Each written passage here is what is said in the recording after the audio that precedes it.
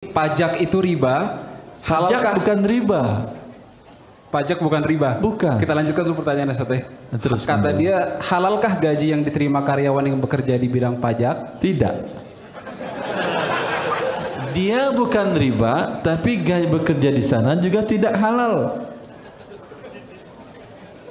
Rasulullah sallallahu alaihi wasallam di dalam hadis diriwayatkan oleh Abu Daud dan disahihkan oleh Syalbani, bahwa beliau mengatakan, la yadkhulul jannata sahibu maksin.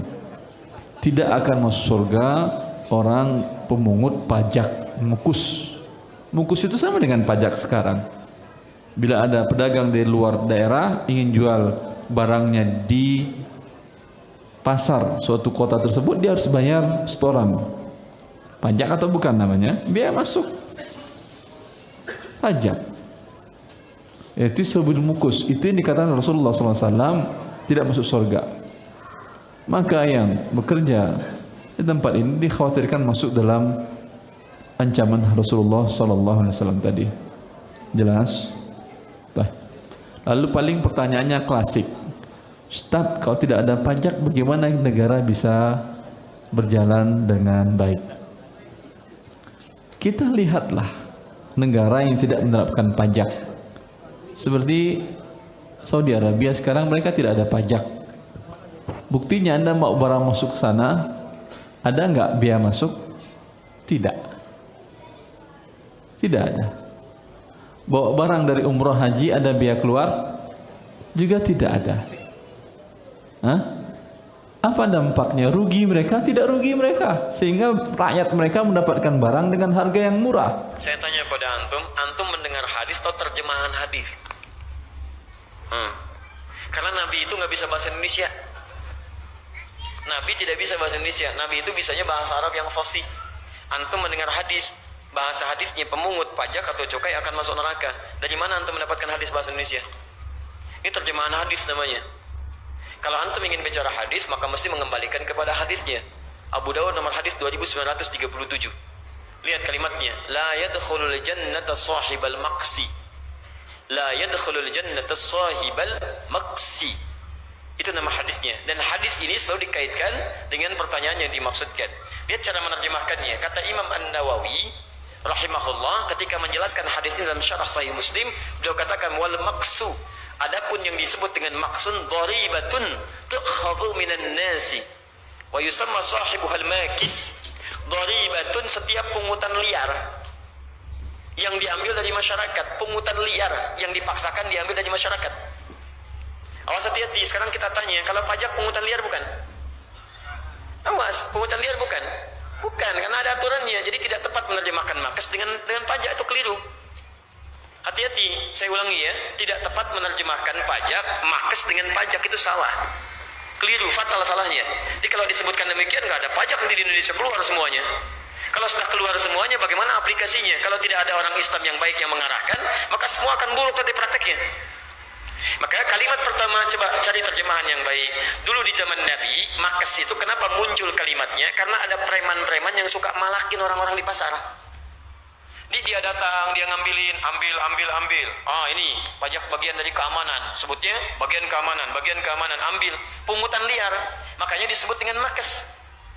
Adapun istilah pajak, itu zaman-zaman Islam pun dikenakan kepada non-muslim yang hadir di wilayah muslim. Namanya disebut dengan jizyah. Seakar dengan kata jaza.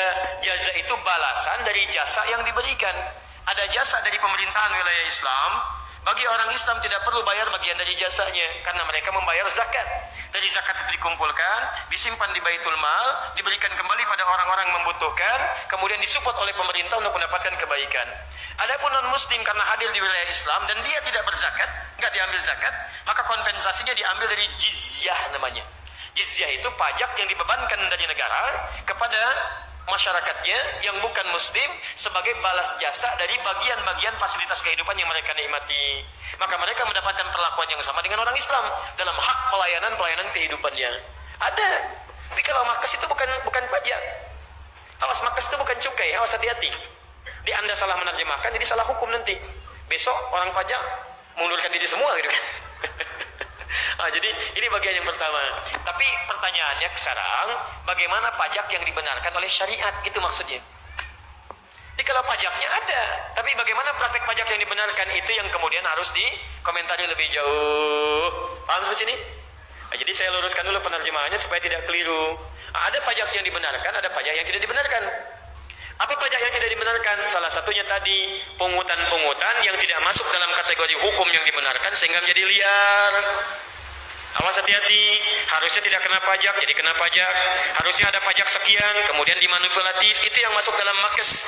Penariknya, bahkan yang memberinya itu berpeluang masuk ke dalam neraka. Jadi ada pajak konvensional, ada pajak kontemporer. Ada pemalak konvensional, ada pemalak kontemporer.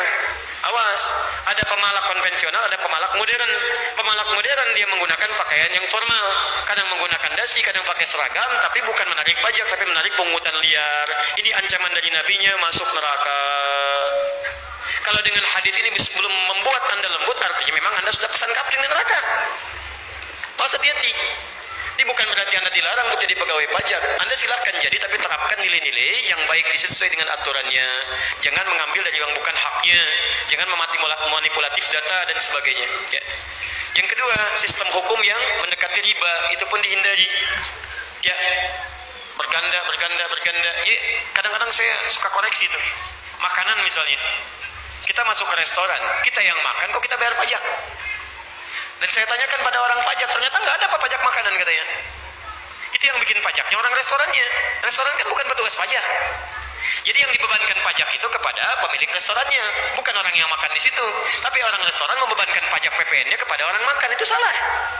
Dari direktorat pajaknya nggak ada pajak makanan, tapi orang restoran bikin pajak dibebankan kepada pembeli atau pemakan, itu keliru.